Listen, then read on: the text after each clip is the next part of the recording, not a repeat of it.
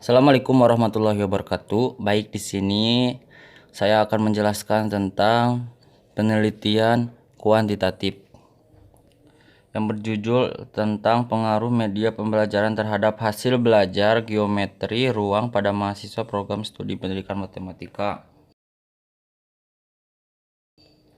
Di sini ada latar belakang.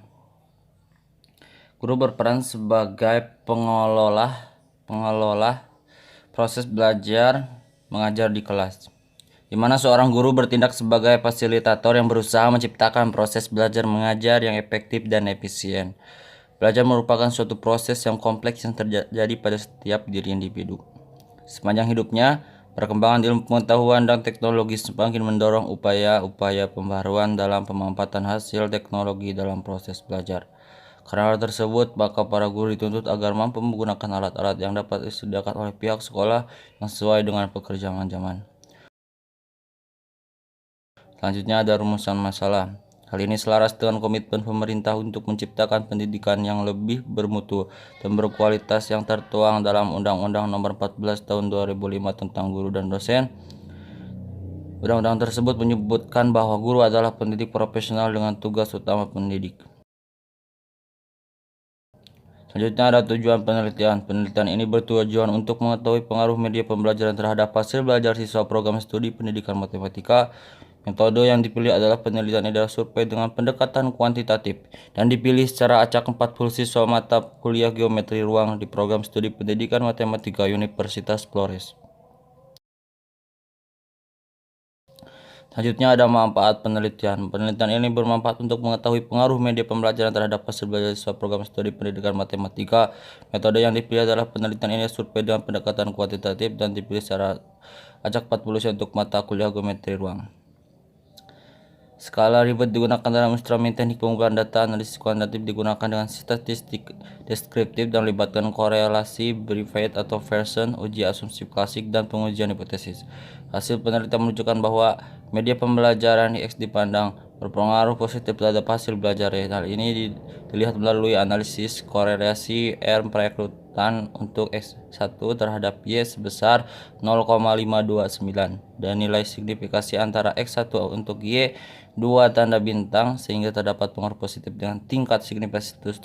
Dengan kata lain, semakin meningkat atau semakin baik media pembelajaran, maka hasil belajar siswa akan semakin meningkat dan semakin baik.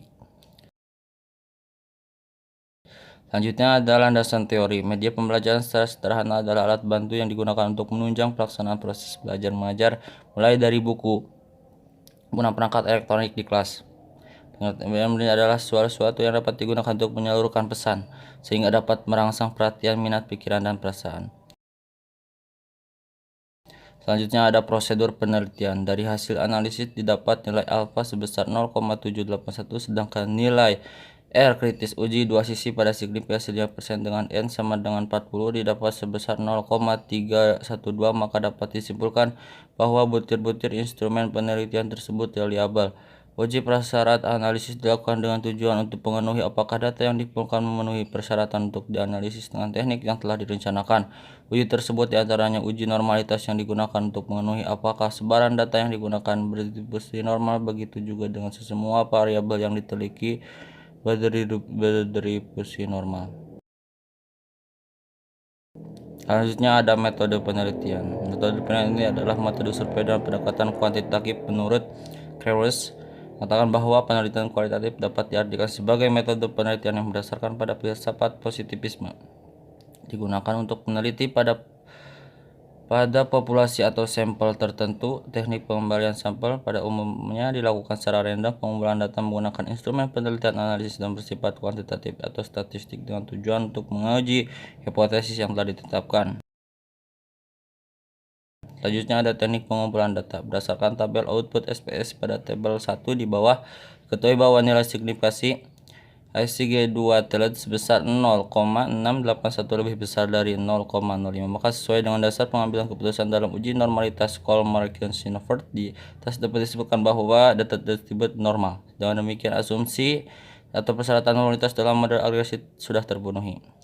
Bisa dilihat dengan tabelnya, bisa tabel.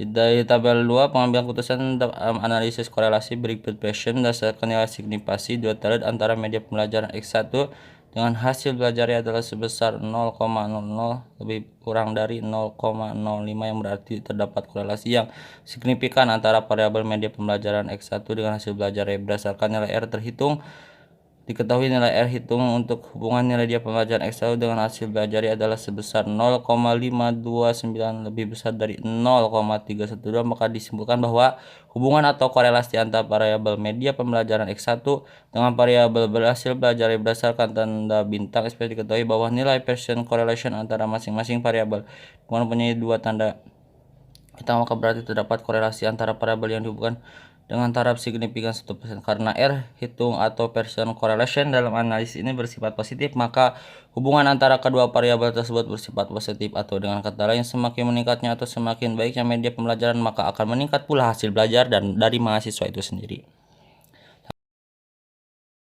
Selanjutnya ada instrumen penelitian. Di sini ada kesimpulan. Mengambil kesimpulan merupakan analisis lanjutan dari reduksi data dan penyajian data. Kesimpulan adalah proses pengambilan intisari dari sajian data yang telah terorganisasi tersebut dalam bentuk pernyataan kalimat atau formula yang singkat dan padat tetapi mengandung pengertian luas. Sekian dan terima kasih. Wabillahi taufiq wa hidayah. Wassalamualaikum warahmatullahi wabarakatuh.